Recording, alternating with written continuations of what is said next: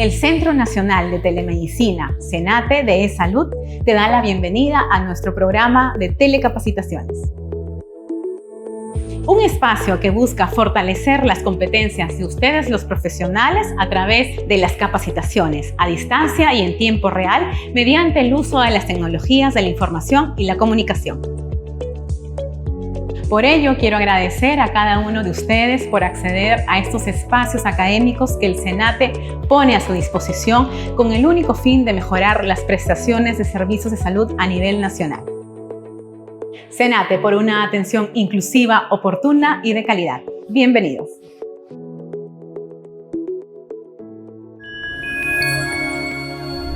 Bicentenario del Perú, 2024. Gobierno del Perú. Muy buenos días, estimados profesionales. Les agradecemos su presencia en estos espacios académicos que el Centro Nacional de Telemedicina pone a su servicio. Vamos a dar inicio a nuestra telecapacitación del día de hoy y para ello quiero dar la bienvenida y agradecer la presencia del doctor José Luis Ramírez Linares, quien presentará el tema Patología mamaria en el varón. Muy bien, antes de empezar vamos a conocer un poco sobre nuestro ponente. Como podemos ver en nuestra pantalla, el doctor José Luis Ramírez Linares es médico cirujano egresado de la Universidad Nacional Mayor de San Marcos, es cirujano oncólogo egresado del Instituto de Enfermedades Neoplásicas, es cirujano oncólogo de mamas egresado de la Universidad Peruano Cayetano Heredia. Es miembro también de la Sociedad Americana de Cirujanos de Mama, es miembro de la Sociedad Peruana de Mastología y es cirujano acreditado por la Unión Europea en ecografía intervencionista mamaria y cirugía oncoplástica. Muy bien, sin más preámbulo, vamos a dar el pase, doctor José Luis Ramírez, para que pueda iniciar su presentación. Adelante, por favor. Buenos días.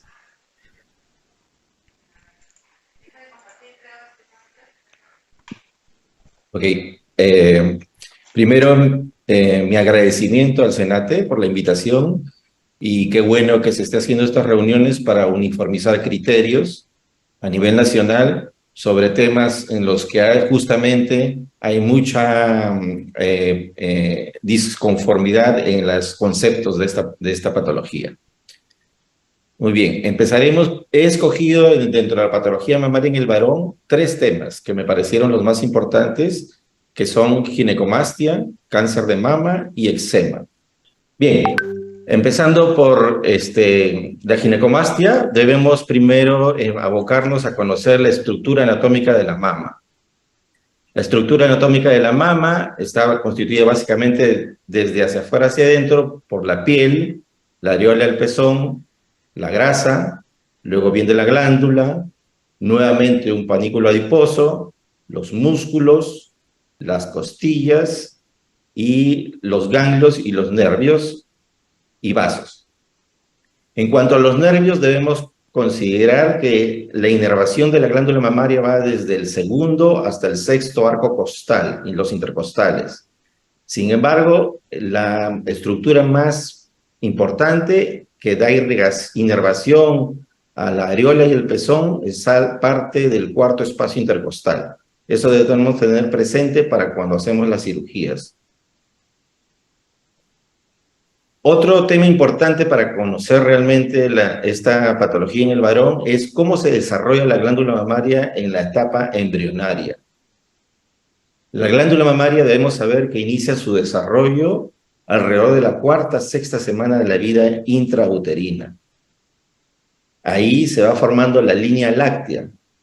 La línea láctea es la que parte desde la proyección axilar hasta la habitual posición de la glándula mamaria, que es en el espacio, en el cuarto espacio intercostal. En la semana 20 se agrupan ya los cordones epiteliales y se desarrollan los conductos galactóforos y la areola. Acá hay una diferencia entre el varón y la mujer.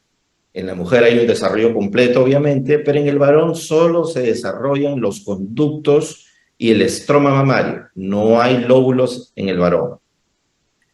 Recién al nacimiento es que se forma el botón, el pezón. Antes no.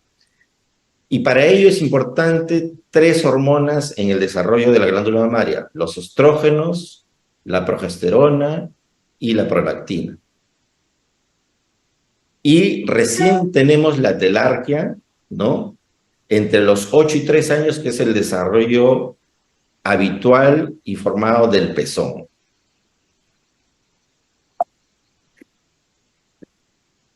Aquí tenemos visualmente cuando un varón presenta ginecomastia. Y vemos que la proyección de la areola y el pezón es considerable en el varón cuando una persona tiene ginecomastia. Mientras mayor es la ginecomastia, mayor es la proyección sobre la areola y el pezón. Pero ¿cómo definimos ginecomastia? Ginecomastia, el término ginecomastia se aplica, ojo, solo al varón, porque hemos visto en algunas oportunidades que ponen ginecomastia en una mujer y eso no es correcto.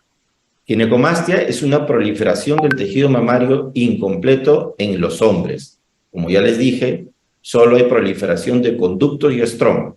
O sea, hay una hiperplasia ductal y proliferación del estroma periductal, más no hay tejido lobulillar. Aquí tenemos cuáles son los cambios anatómicos en la ginecomastia en el varón. En el varón tenemos una mama normal que solo es piel, areola, pezón, grasa y músculo. En cambio, en la ginecomastia comienza a haber la proliferación central, generalmente central, de los conductos mamarios y el estroma.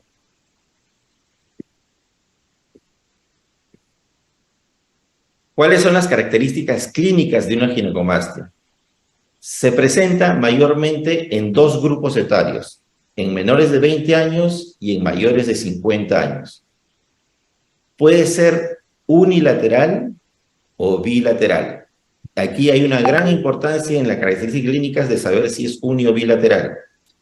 Unilateral nos hace sospechar no solo de ginecomastia, sino de otra cosa, y bilateral generalmente es ginecomastia. Puede ser secundaria o primaria. ¿A qué me refiero con esto? Que hay ginecomastias que son netamente causadas por un problema hormonal y hay otras que son causadas secundaria a otra patología, como lo vamos a ver en el siguiente slide. Y la ginecomastia, yo lo considero que es probablemente un problema psicológico antes de que estético. Muchos varones, 14, 15 años, 16 años, acuden a la consulta porque simplemente no tanto les molesta, sino que no pueden quitarse el polo, porque obviamente hay una deformación de la pared torácica. Ese es el cuadro que yo les decía de cómo hacer la disquisición diagnóstica de por qué se está presentando la ginecomastia. Y en la ginecomastia, si hablamos de tres o cuatro probables factores o etiologías secundarias que están produciendo ginecomastia. Cuando uno tiene ginecomastia hay que buscar tumores testiculares, tumores de células germinales, tumores de células de Leydig, ¿no? Hay que buscar también hipopituitarismo, ¿no? Principalmente. Cuando hay bajos niveles de andrógeno, hay que buscar si el paciente puede tener un síndrome de Klinefelter o que ha tenido antecedentes de un trauma testicular. En cuanto a exposición a sustancias, el alcohol es importante, los esteroides, hoy en día muy usados comúnmente, a veces por la juventud, para tratar de ganar musculatura rápidamente, y obviamente la marihuana, la heroína, la cocaína. Dentro de los agentes farmacológicos, esto es bastante frecuente. Hay pacientes varones mayores de 50 años que comienzan a usar antidepresivos tricíclicos o diuréticos tipo tiazidas o espironolactonas. Este factor es fundamental averiguarlo porque a veces con solo suspender este tipo de drogas baja notoriamente la ginecomastia en el varón. Tenemos aquí una forma cómo hacer el trabajo disquisitivo diagnóstico de una ginecomastia. Tenemos a la consulta un varón que viene con crecimiento glandular. Este crecimiento glandular hay que verlo si realmente es crecimiento glandular o solo grasa. Si solamente es grasa, le llamamos lipomastia.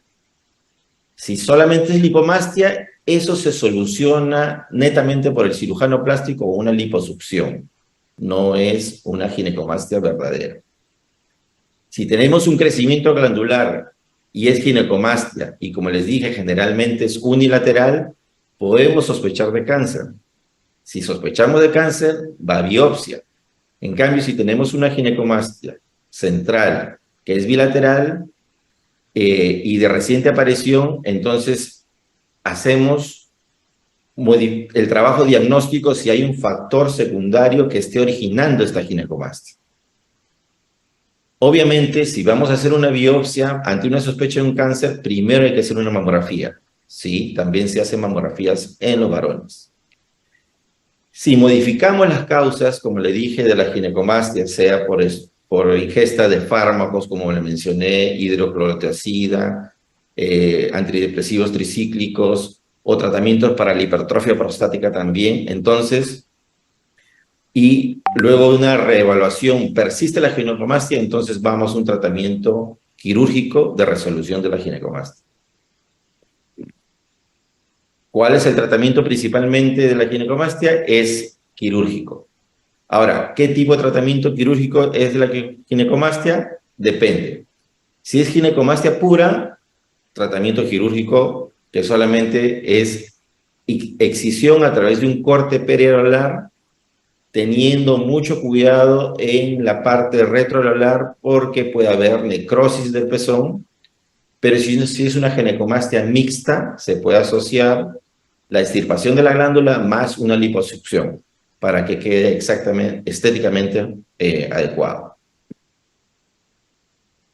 Bien, veamos ahora el segundo tema que he decidido escoger, que es el cáncer de mama.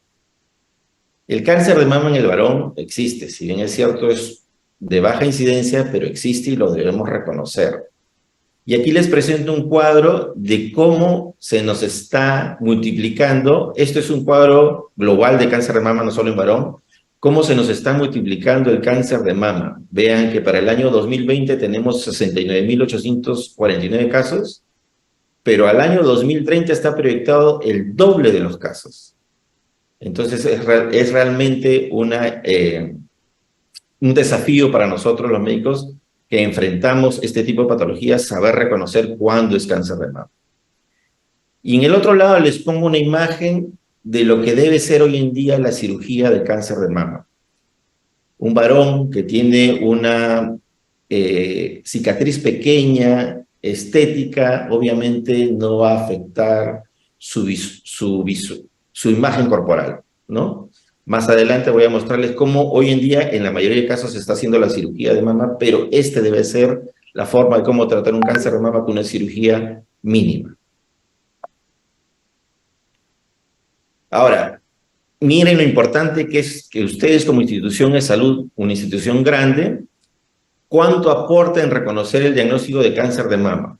Ustedes tienen el mayor porcentaje, el 32.2% de los casos son reportados por la Seguridad Social.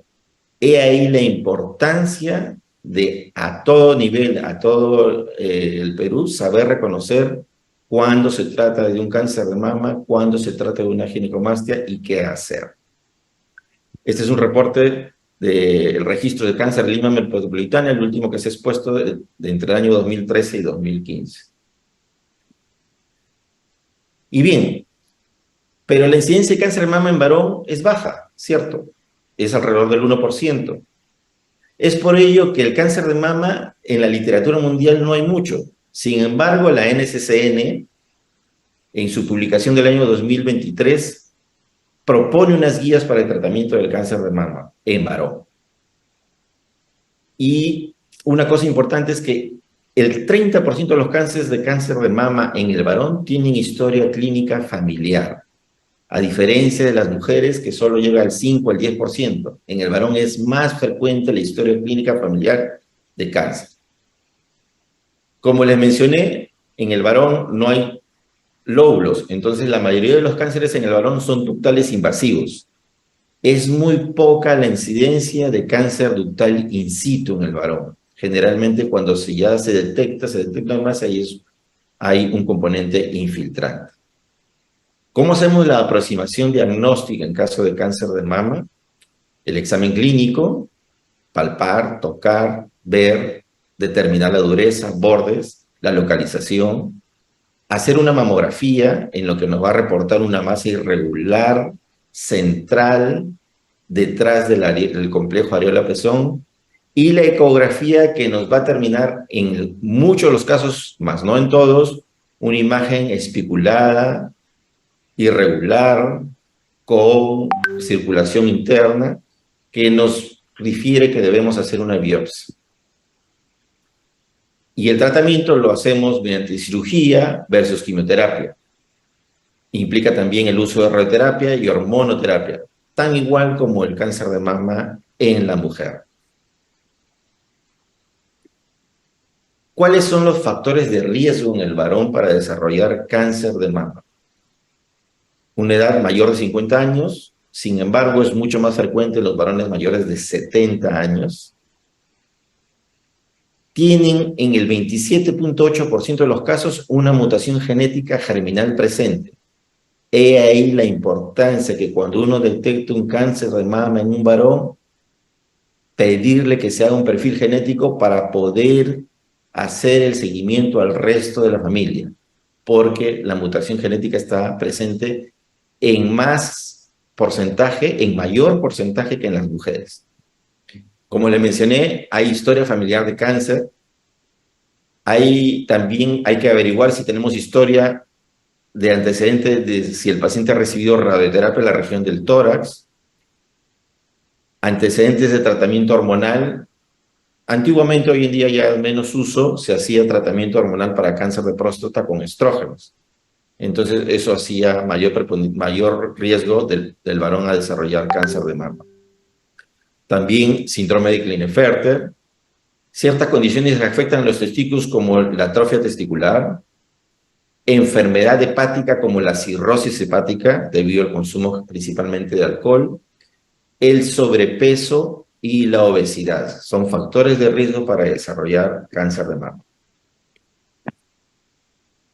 En cuanto a los factores de riesgo, tenemos que tener unas consideraciones especiales. Como le mencioné, ciertamente, como esto tiene un componente hereditario, hay que sugerir al paciente hacerle test genético. Y ahora vamos a ver que en el test genético no solo está implicado el BRCA1 y el BRCA2, sino otros genes germinales, ¿no?, que están implicados en el desarrollo del cáncer de mama. ¿Qué otra consideración especial debemos tener? Si vamos a hacer mastectomía o la llamada cirugía de conservación. Le digo llamada cirugía de conservación porque en realidad no se está conservando la mama, sino que es una cirugía mínimamente invasiva, como les mencioné, como les mostré en la figura anterior. ¿Hacer ganglio centinela? Sí, sí se puede hacer. Sin embargo, en la mayoría de los casos, como el cáncer de mama en el varón, uno no lo piensa, no lo ve, no lo busca, no lo diagnostica, generalmente ya aparecen los varones con un compromiso de la axila. Tenemos que brindarle la posibilidad de radioterapia, de acuerdo exactamente igual que la mujer, de acuerdo al estadio clínico, ¿no? Una valoración molecular se usa ya, hay artículos que demuestran que cuando un paciente con cáncer de mama diagnosticado, le podemos pedir un test de valoración molecular para ver si este paciente se va a beneficiar de quimioterapia o no. Dentro de esos, el más usado y el que la literatura lo está demostrando en varones es el Oncotype. Luego, en el tratamiento del cáncer de mama podemos usar tamoxifeno o anastrozol. Sin embargo, lo ideal en varones, a diferencia de las mujeres, es usar tamoxifeno, que es netamente un antiestrogénico usado desde muchísimos años atrás.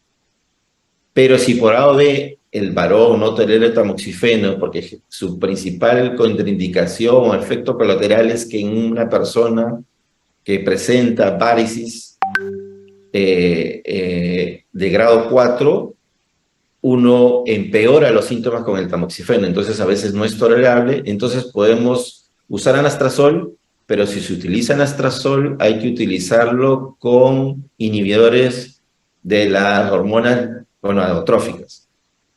Nunca solamente anastrozol. Y quimioterapia. Quimioterapia en el caso de varones que ya están en estadio 3, ¿no? Aquí, como lo mencionaba, ¿cuáles son los genes que están mutados en los pacientes varones con cáncer de mama? Si bien es cierto, BRCA1 y BRCA2 son los más preponderantes en las mujeres, sin embargo, en el varón estamos encontrando principalmente PALB2, CHEK2, TP53, PTEN, ATM, CDH1. Esos son genes que se encuentran hoy en día en los estudios de panel genético que se deben hacer a un varón con cáncer de mama. Más que a la mujer, a un varón con cáncer de mama, porque existen 25 a 27% de factor hereditario, hay que hacerles pruebas genéticas. Eso es lo ideal.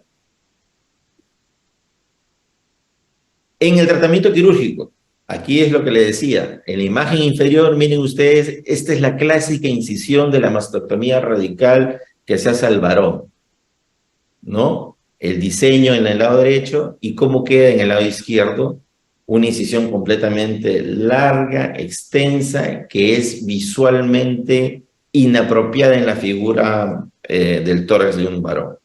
Entonces, planteo yo la disyuntiva, ¿por qué no solo hacer centraloctomía? Si nuestra anatomía, recuerda que les mencionaba, nos ubica la glándula mamaria solo en el centro mamario. No hay por qué hacer una incisión tan extensa para retirar la glándula mamaria en el varón. Es decir, retiramos el complejo areola-pezón y unos 2 centímetros por fuera, no más, no es necesario. Y cuando podemos hacer ganglio centinela, hacemos una incisión pequeña, ahora les voy a mostrar, y sacamos el ganglio centinela. Y si no podemos hacer ganglio centinela porque ya hay compromiso axilar, hacemos una incisión independiente en la región axilar, visualmente no visible cuando el paciente está parado de frente y que nos permite sacar todos los ganglios de la axila. Esto es mucho mejor hacer la clásica incisión de Stuart, que es totalmente visualmente menos apropiada. Y este es un trabajo que encontré justamente por lo que le explico, publicado recién en Anales de Cirugía Oncológica en el año 2022, en donde demuestran que el paciente varón se siente mejor con realizar su cirugía conservadora. Es un paciente que en la mastectomía radical tiene menos satisfacción psicológica, ¿no? Entonces, por eso es importante tener en mente que podemos hacer cirugía mal llamada tal vez cirugía conservadora porque se está estipando toda la glándula, pero no con una incisión clásica llamada de Stuart que abarca todo el hemitórax. Cuando hacemos ganglio centinela, podemos hacerla de 2 formas, solo usando azul patente, ¿no? Es un colorante especial que solamente migra a través de los vasos linfáticos e identifica el primer ganglio tomado por este cáncer de mama. Aquí vemos, en la imagen, se puede ver el canalículo que está siendo identificado y que nos está guiando hacia el ganglio centinela. Y aquí encontramos el ganglio. Encontrar el ganglio es un reto si hacemos una incisión pequeña. Eso es lo ideal, ¿no? Luego de encontrar el ganglio, mediante una sonda, detectamos la cantidad radiactiva para verificar si el ganglio realmente coincide con el colorante de azul. Y eso es lo que estamos haciendo en la imagen del lado derecho. Finalmente, esto es un algoritmo que encontré del esquema global, cómo se debe tratar un cáncer de mama en el varón. Un cáncer de mama en el varón, primero lo definimos en 2 grupos, en los grupos no metastásicos y los metastásicos. Si es metastásico, a diferencia del cáncer de mama en la mujer, en los pacientes varones podemos iniciar solo con hormonoterapia. Puede ser tamoxifeno o anastrozol con análogos de las hormonas liberadoras, ¿no? Pero si es no metastásico, debemos identificar el tipo molecular. En cáncer de mama hay tipos moleculares, ¿no?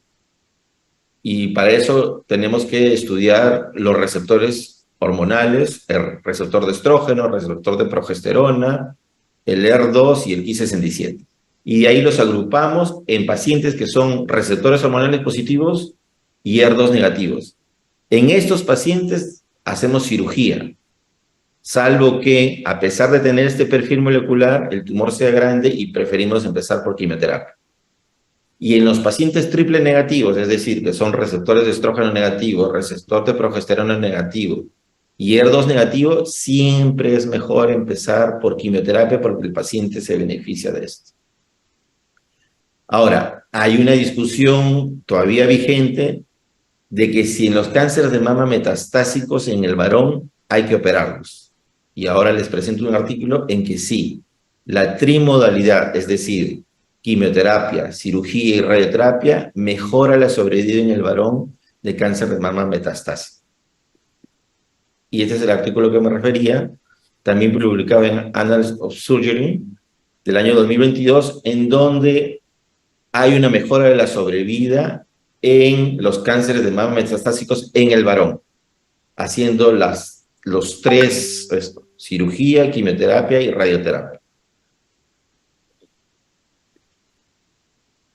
Bien, en cuanto al tercer eczema que he escogido, que es frecuente, no tan frecuente en el varón, más en las mujeres, es el eczema de la areola, que hay que diferirlo de la enfermedad de Payet, ¿no? ¿Qué es el eczema de la areola? El eczema areolar es un proceso inflamatorio de la areola que es más frecuente en las mujeres, ciertamente. Clínicamente hay picazón e irritación de la areola acompañado de secreción pegajosa. Cuando esto ya es muy crónico, comienzan a aparecer fisuras. Debe diferenciarse claramente de una enfermedad de Payet. ¿Por qué? Porque a diferencia del Payet, el Payet empieza en el pezón. El eczema empieza en la areola. Y ciertamente, si es muy crónico y el paciente está en una u otra opinión, puede llegar a comprometer el pezón, pero empieza en la areola. El Payet empieza en el pezón y se puede ir hacia la areola, ¿cierto? Cuando el cuadro clínico es muy crónico y uno lo ve de segunda, tercera o cuarta opinión, a veces es necesario hacer una pequeña biopsia para diferenciarlo si es Payet o es solamente un eczema. El eczema de areola siempre está presente un componente alérgico, es decir, hay que tenerlo en cuenta para el tratamiento. El tratamiento debe ser multifactorial y principalmente tópico, no antibiótico vía oral, todo vía tópica. Medidas de aseo. Es decir, como esto es una irritación crónica en donde generalmente hay compromiso, a veces de flora mixta, hay hongo, puede haber estreptococo, ¿no? Aparte del componente alérgico, que generalmente está asociado porque ha habido cambio en el lavado de la ropa con detergentes muy fuertes y que no son bien enjuagados, y por eso me refería a las medidas de aseo. Cuando un paciente ingresa con el tratamiento, debe recalcársele que debe cambiarse de ropa y que hace contacto con su cuerpo todos los días.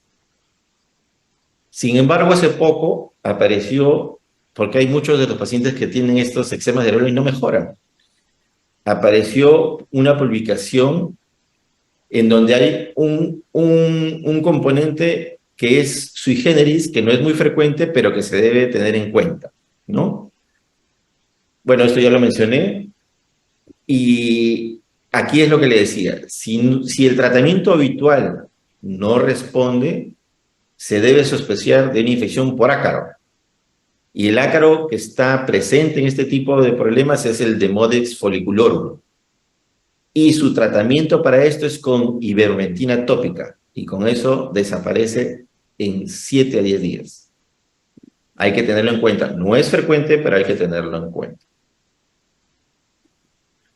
Muy bien, muchas gracias. Solo para decirles que siempre yo tengo en cuenta el trabajo dignifica al hombre, pero el hogar lo fortalece. Gracias a todos.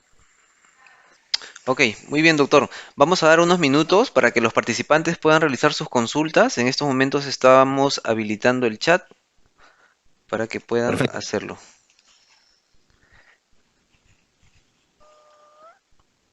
Listo.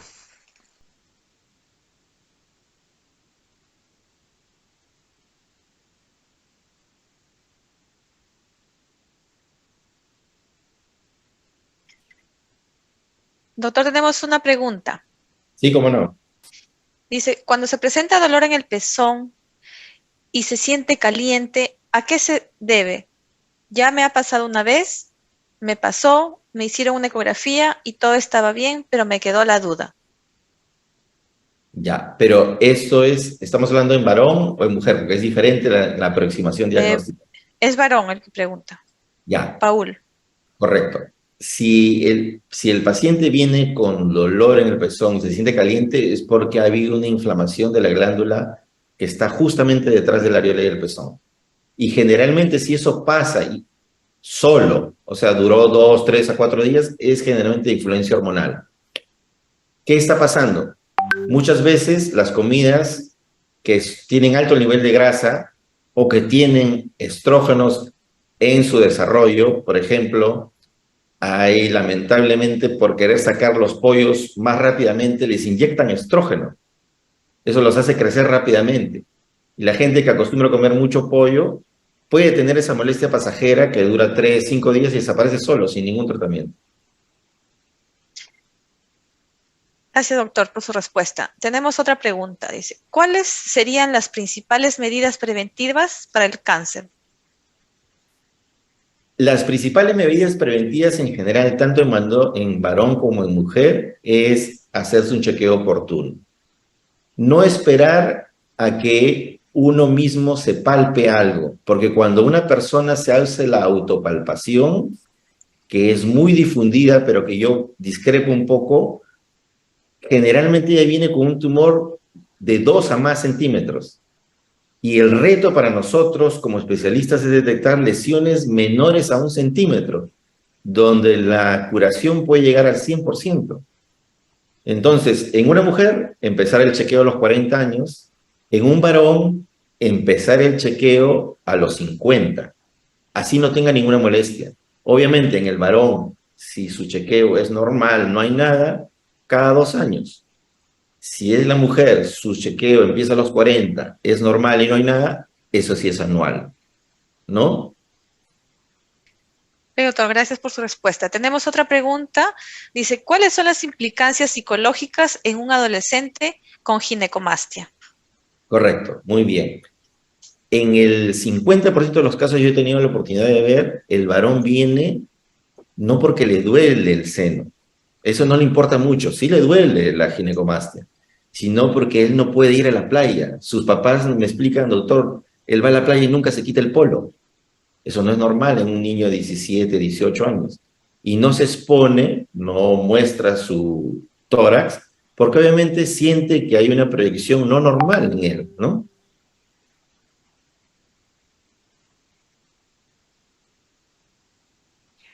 Bien, doctor, seguimos con las preguntas. Dice, buen día, excelente ponencia.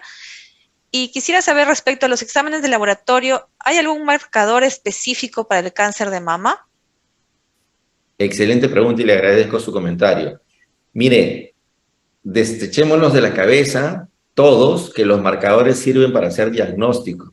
Hace poco una institución privada, que no la voy a mencionar, planeaba que dice, hazte un chequeo y hazte los marcadores para mama, ¿no?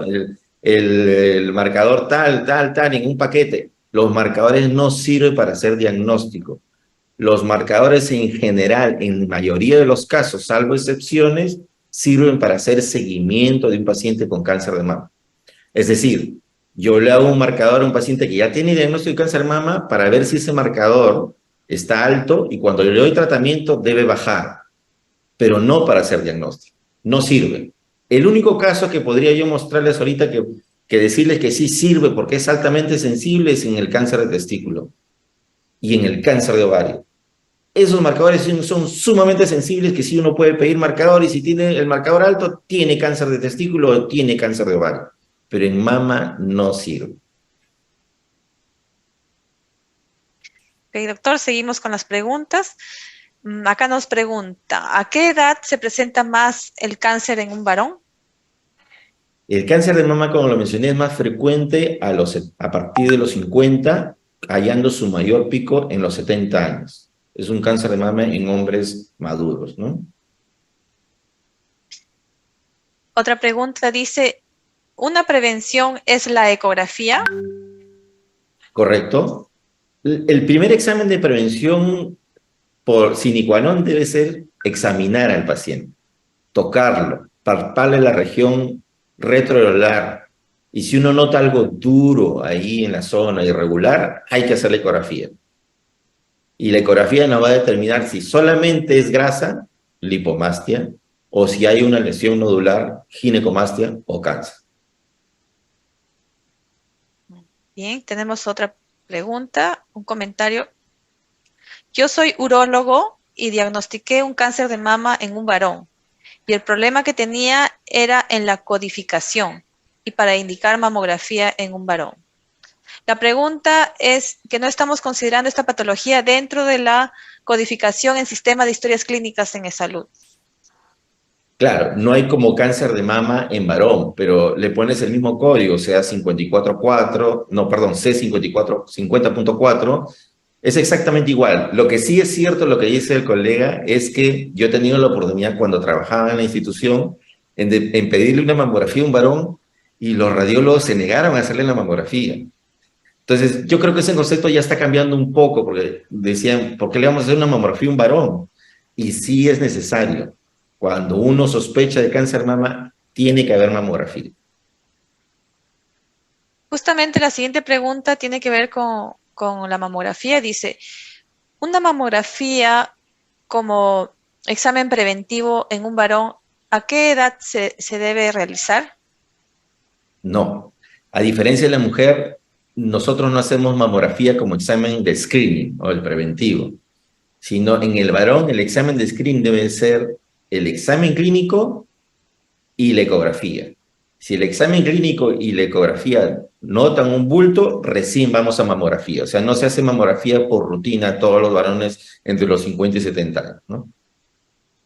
Tenemos Y otra, como le dice, decía, disculpe, como le decía, porque en el varón, si bien es cierto, no sé si para bien o para mal, nosotros rápidamente podemos detectar si hay algo porque la lesión es superficial. A diferencia de la mujer, como la glándula es más extensa y puede haber en cualquiera de los 4 cuadrantes, es más difícil, uno puede palpar la mama de la mujer y no encontrar nada. Sin embargo, la mamografía puede encontrar una lesión.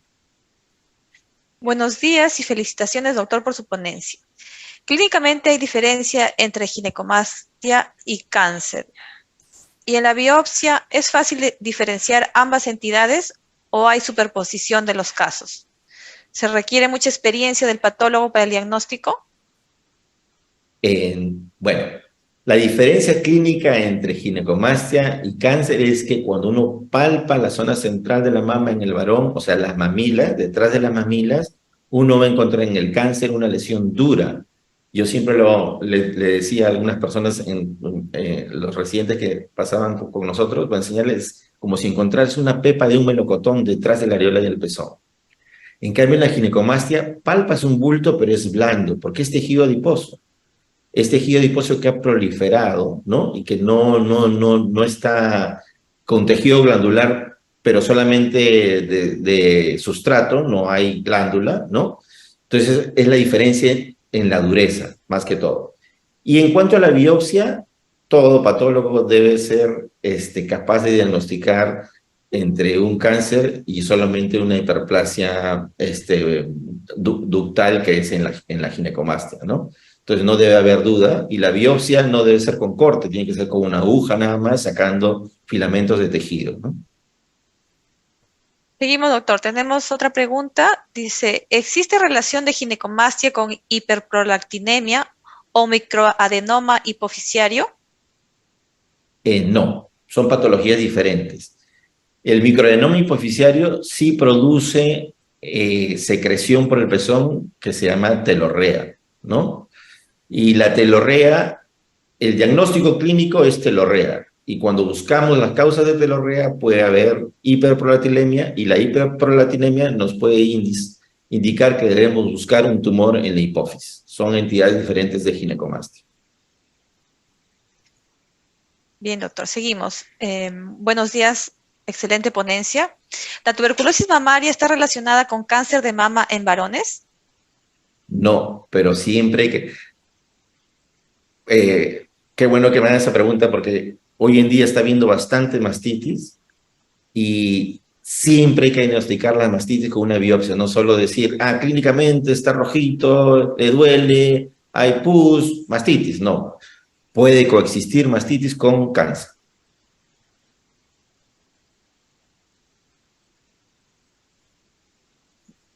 Otra pregunta es, ¿existe riesgo en los pacientes que reciben hormonas en su etapa de reasignación sexual? ¿Qué criterio debemos tener en el seguimiento? Sí, claro, porque les mencioné que un factor predominante es el uso de estrógenos. Entonces, las personas que están en el reasigamiento de su identidad sexual usan estrógenos. Entonces, en esos pacientes hay que cuidarlos de cerca para que no vayan a desarrollar cáncer, ¿no? Examen clínico periódico, ¿no? Básicamente examen clínico, ninguna prueba más. Y si notamos que hay aumento, ¿no? Aunque hoy en día estas personas a veces llegan inclusive a colocarse prótesis mamaria, entonces ya es un poco más difícil el seguimiento, ¿no? Bien, doctor, seguimos. Dice, ¿se presenta secreción al igual que en el cáncer de mama? Si presenta secreción al igual que en el cáncer de mama, ¿los criterios son los mismos que en la mujer? Ya. Si hay casos con secreción por el pezón, secreción sanguinolenta, se llama telorragia. A diferencia de lo que le dije anteriormente, telorrea, solo secreción clara, telorragia, secreción con sangre. Si tenemos secreción con sangre por el pezón, entonces uno sospecha de cáncer. Y sí, en el varón también puede producir telorragia, pero es menos frecuente que en la mujer.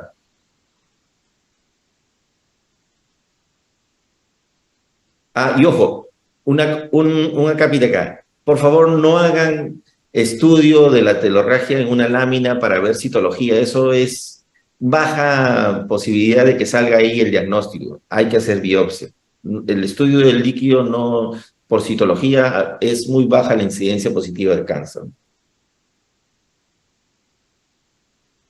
Bien, doctor, muchas gracias. Hemos concluido el ciclo de preguntas. Han sido muy interesantes y sus respuestas también han sido bastante claras y creo que han despejado las dudas de los que han preguntado.